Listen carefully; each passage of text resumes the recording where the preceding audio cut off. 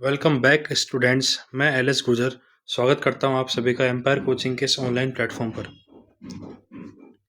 जैसा कि आप लोग जानते ही हैं कि हम वर्बल रीजनिंग पढ़ रहे थे, जिसमें हमने डायरेक्शन चैप्टर को पूरा कर लिया। अगला चैप्टर है ब्लड रिलेशन। ब्लड रिलेशन में आपको बेसिक नॉलेज दे दी थी, जिसमें हमने जनरेशन्स के बारे में पढ़ लिया था। जैसे हमने डायरेक्शन में पढ़ा था कि डायरेक्शन में डायग्राम बहुत ज़रूरी चीज़ है। डायरेक्शन में चित्र बनाना बहुत ज़रूरी चीज़ है। उसी तरीके से ब्लड रिलेशन चैप्टर में पीढ़ियाँ या फिर जनरेशन को जानना बहुत ज़रूरी है। अगर हमें अच्छा खासा जनरेशन्स का ज्ञान होगा, अच्छा खासा पता होगा कि कौन सी जनरेशन में कौन कौन लोग आते हैं, किस प्रकार का संबंध रखते हैं, तो हमें इस चैप्टर में 80% जो भी दिक्कत आती है वो क्लियर हो जाएगी। ठीक है, तो मैंने एक बार जल्दी से रिवाइज करा देता हूँ। मैंने बताया कि 5 प्रकार की पीढ़ियाँ होती हैं, 5 प्रकार की जनरेशन होती हैं, जिसमें पहली जनरेशन होती है जिसमें नाना नानी और दादा दादी, माता जी की तरफ से नाना नानी, पिताजी की तरफ से दादा दादी, grandfather grand mother. Second generation में माता और पिताजी आते हैं, जिसमें मामा मामी मौसा मौसी माता जी की तरफ के होते हैं, चाचा चाची बुआ और फूफा पिताजी की तरफ के होते हैं, अंकल और आंट। थर्ड जनरेशन में हम स्वयं आते हैं। हमेशा खुद को थर्ड जनरेशन में रखना है, जिसमें स्वयं यानी कि आप खुद मामा के या फिर मम्मी की तरफ के रिश्ते जो लगेंगे वो लगेंगे ममेरे भाई ममेरी बहन, मौसेरे भाई मौसेरी बहन। चाचा या फिर पापा की तरफ से लगेंगे चचेरे भाई या फुफेरे भाई बहन, जिन्हें इंग्लिश में बोलेंगे कजन। चतुर्थ पीढ़ी यानी फोर्थ जनरेशन आती है सेल्फ यानी स्वयं। ठीक है, फिर अपने खुद के भाई, खुद की बहन, उनके बच्चे, भाई के बच्चे भतीजा भतीजी, बहन के बच्चे भांजा और भांजी, और खुद के बच्चे पुत्र और पुत्री। फिर 5वीं जनरेशन आती है, 5th जनरेशन, वो आती है सेल्फ। जब आपकी बेटी और आपका बेटा, अगर आप नाना बने हैं या फिर आप नानी बने हैं, तो उनके बच्चे लगेंगे दोहिता या दोहिती, नातिन या नाती, और बेटे की तरफ से दादा बने हैं दादा या दादी, तो बनेंगे पोते या पोत्री। ठीक है, तो ये थी basic knowledge of blood relation chapter, जिसमें 5 जनरेशन्स के बारे में अपन ने जान लिया है। ठीक है, अब देखना ब्लड रिलेशन का जो चैप्टर है, इसमें क्वेश्चंस आने के जो टाइप होते हैं ना, वो जैसे आपको दे देगा कि बी ए की माँ है, सी बी का भाई है। इसका एक अपने को क्या बोल सकते हैं, समीकरण या फिर डायग्राम, जो भी आप बोलना चाहो वो बनाना है। ठीक है, A is mother of B and सी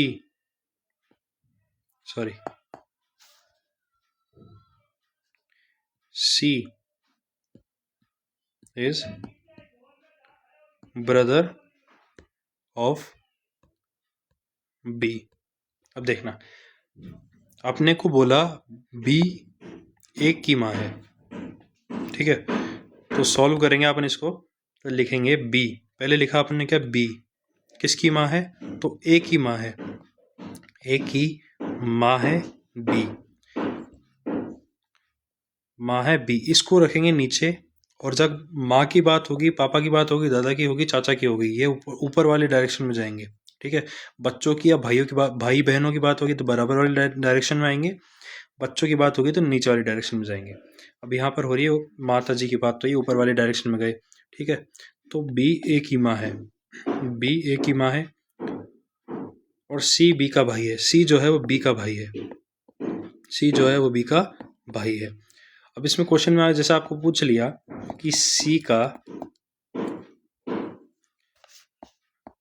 का ए से संबंध बताओ,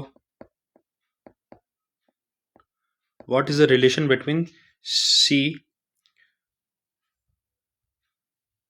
रिलेटेड टू ए। तो अब देखना, बी ए की माँ है और ये इसका भाई है, मामा हुआ क्योंकि माता जी का भाई क्या लगता है, मैंने बताया था आपको, मामा लगता है। इस प्रकार से सॉल्व होंगे।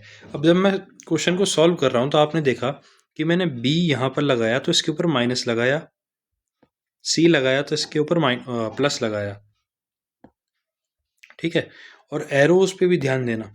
अब मैं ये और समझाता हूँ आपको कि अगर महिला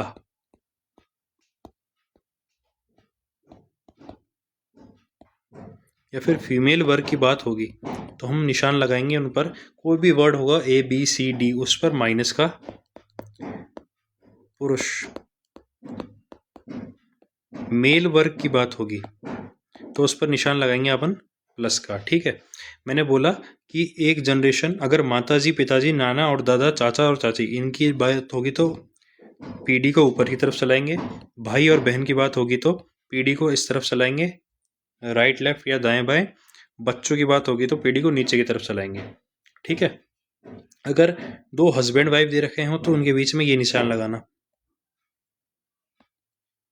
ये किसके लिए है? जोड़े के लिए, या फिर बोले हस्बैंड वाइफ के लिए, ठीक है। नॉर्मल रिश्ता दे रखा हो भाई बहन का तो ये लगाना, सिर्फ ये रहो।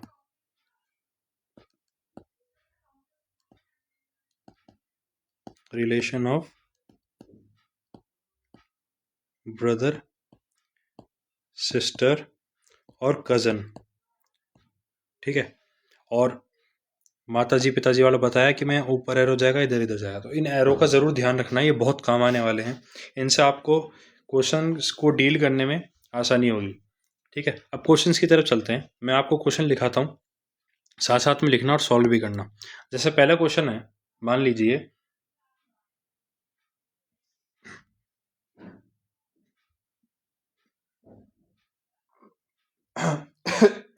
सॉरी, देखिए पहले क्वेश्चन अपन लिखते हैं कि ए बी का, ये पेन ज़्यादा मोटा हो रहा है ना, इसको पतला करना पड़ेगा थोड़ा सा। ए बी का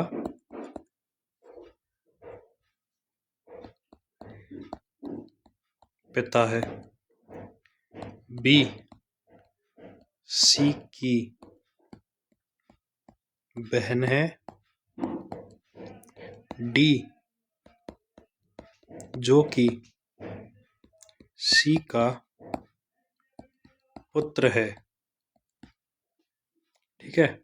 डी जो कि सी का पुत्र है,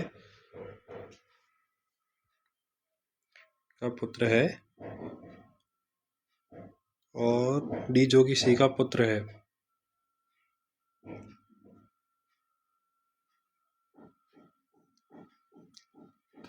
डी जो कि हटाते हैं बार,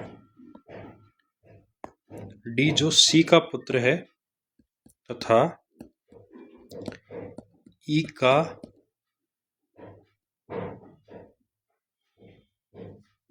का भाई है,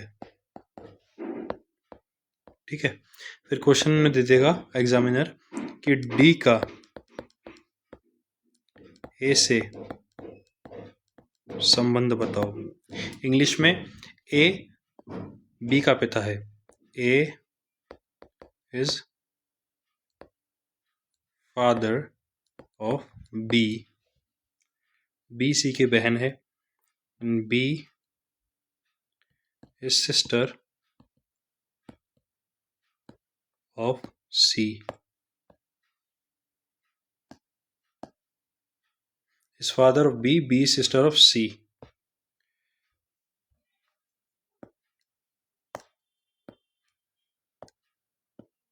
क्या हो गया? Sister of C. अब आएगा डी जो सी का पुत्र है, डी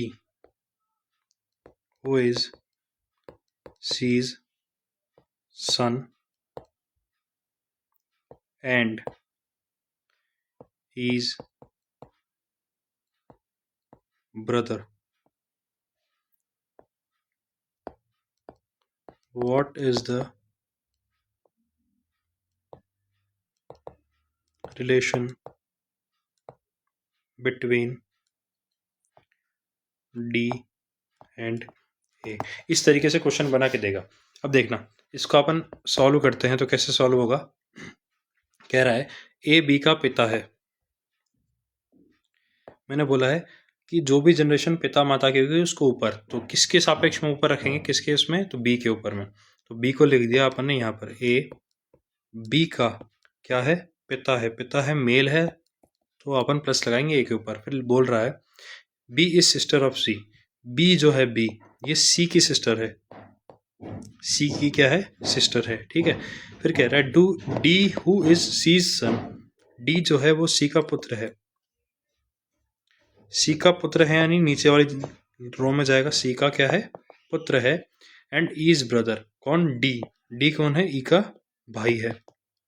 अब देखना ई का भाई है तो ई की हमको, डी का तो हमको समझ में आ गया कि एक मेल है, लेकिन ई का जेंडर नहीं पता है, तो इसमें प्लस नहीं लगाना है, माइनस भी नहीं लगाना है। जब तक आपको जेंडर का पता ना चले तब तक उस पर कोई भी निशान मत लगाना। ये कह रहा है A is father of B, B का पता है। B is sister of C, C का पता है। D who is C son, अब देखना डी जो है वो सी का सन है, सी का सन है, लेकिन अपने को नहीं पता सी मेल है और फीमेल है, नहीं पता ना।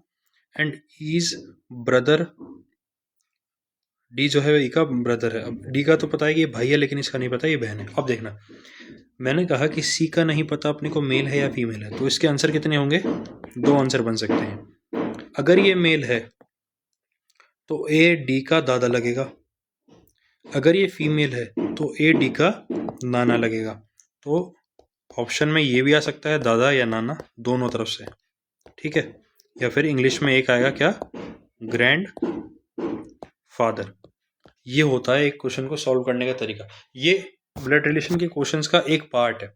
एक पार्ट ऐसे भी आता है कि एक तस्वीर की ओर इशारा करते हुए किसी ने कहा, तस्वीर वाले क्वेश्चन भी आते हैं, नॉर्मल क्वेश्चंस भी आते हैं, ठीक है। और क्वेश्चंस को सॉल्व करें,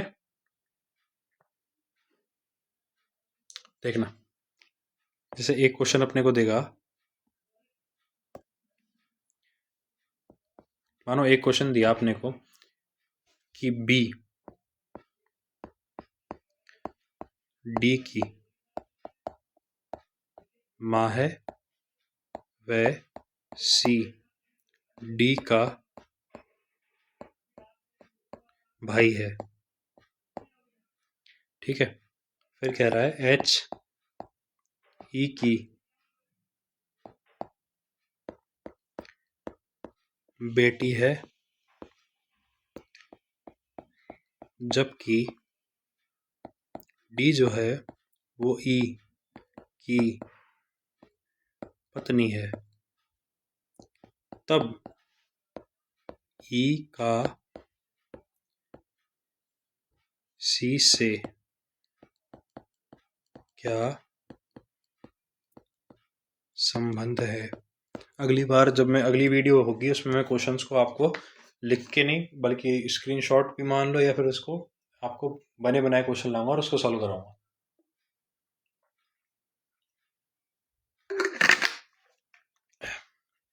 पानी पीते रहना चाहिए जीवन में, बहुत ज़रूरी चीज़ है। हाँ तो उसको मैं बना के लाऊंगा पहले से क्वेश्चन, ताकि आपको ज़्यादा टाइम वेस्ट ना हो अपना। कह रहा है B is mother of D. अपनी क्लास मंडे टू फ्राइडे चलेगी। आज संडे के दिन मैं इस वीडियो को बना रहा हूँ क्योंकि आज काम भी बहुत है, इसलिए मैं तैयार नहीं कर पाया अच्छे से। ब्रदर ऑफ डी, क्या इसमें परफेक्ट जादू होगा, आर रह गया ना।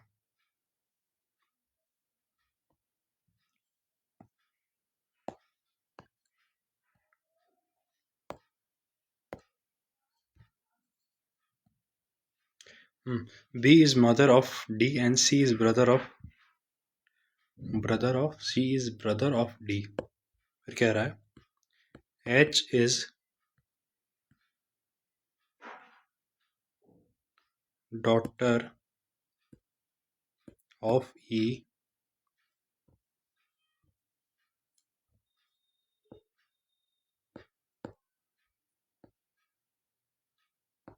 whereas D is wife of E, then what is their relation of E with C? देखना, कह रहा है B D की माँ है, B D की माँ है, D की माता जी है B, माता जी है तो माइनस का साइन, फिर कह रहा है और C D का भाई है, C जो है वो D का भाई है, ठीक है। फिर कह रहा है H E की बेटी है। अब देखना H और E, हम इन तीनों का B C और D में H और E नहीं आ रहे तो उसको एक बार इस लाइन को स्किप करेंगे और अगली लाइन पढ़ेंगे। कह रहा है जबकि D E की पत्नी है, D E की पत्नी है, पत्नी जोड़े के लिए आपने ये एरो लगाया, E की क्या है, पत्नी है, E क्या होगा, हस्बैंड होगा, ठीक है। D E की पत्नी है, जब D की पत्नी, अब देखना H E की बेटी है, इससे पहली वाली लाइन में चलेंगे तो H और E की बेटी है। अब मेरे को एक बात बताओ, अगर H E की बेटी है तो D की भी बेटी होगी, ये हस्बैंड और वाइफ है, ठीक है, तो इसकी भी बेटी होगी, इसकी भी बेटी होगी। फिर कह रहा है तब E का C से क्या संबंध है, what is the relation between E and C।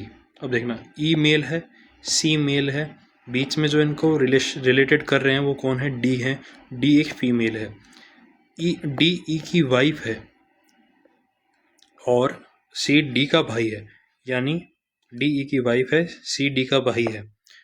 तो और क्वेश्चन में ध्यान से पढ़ना कि ये पूछ रहा है तब E का C से क्या संबंध है, C का E से नहीं पूछ रहा है, E का C से पूछ रहा है, तो E जो है वो C का क्या लगेगा, ये पूछ रहा है तो क्या लगेगा, जीजा।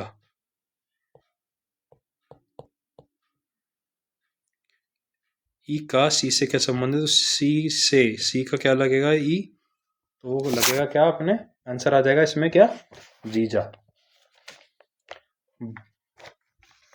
या फिर इसी को बोलते हैं अपन क्या, बहनोई, बहनोई भी बोल लेते हैं। जीजा नहीं दिखे तो कहीं पे क्या बोलेंगे, बहनोई, ठीक है।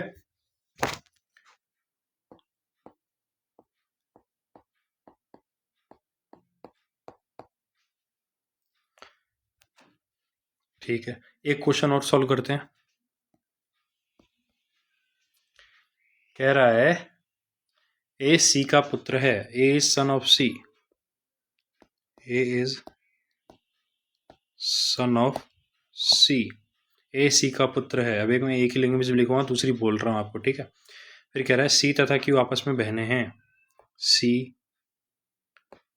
And Q are sisters, Z is mother of Q if P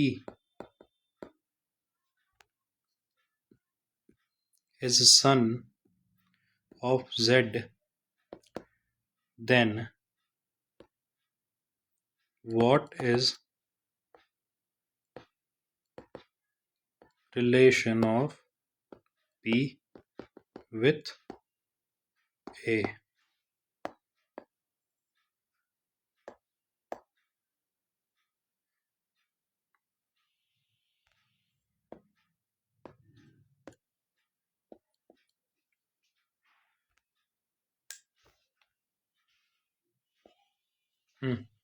कह रहा है A is son of C, C and Q are sisters, Z is mother of Q, sorry Z is mother of Q आएगा, हाँ Q, if P is son of, is P is son of Z, इसका जादू भी सही नहीं है, Z, then what is relation of P with A, A C का पुत्र है, सॉल्व करते हैं इसको, देखो ए C का पुत्र है, C से संबंध है क्या है, ए C का पुत्र है, C तथा Q आपस में बहने हैं, C तथा Q आपस में बहने हैं, यानी C जो है वो ए की क्या है, माता है, ठीक है। Z Q की माँ है, Z जो है वो Q की माँ है, इसको थोड़ा नीचे लेना पड़ेगा अपने को, Z जो है वो Q की माता है। अब जब ये बहनें हैं तो इसकी भी माता ही हुई Z। तो कह रहा है यदि P Z का पुत्र है, Z का एक पुत्र भी है जिसका क्या है, नाम P है, पुत्र है यानी मेल है।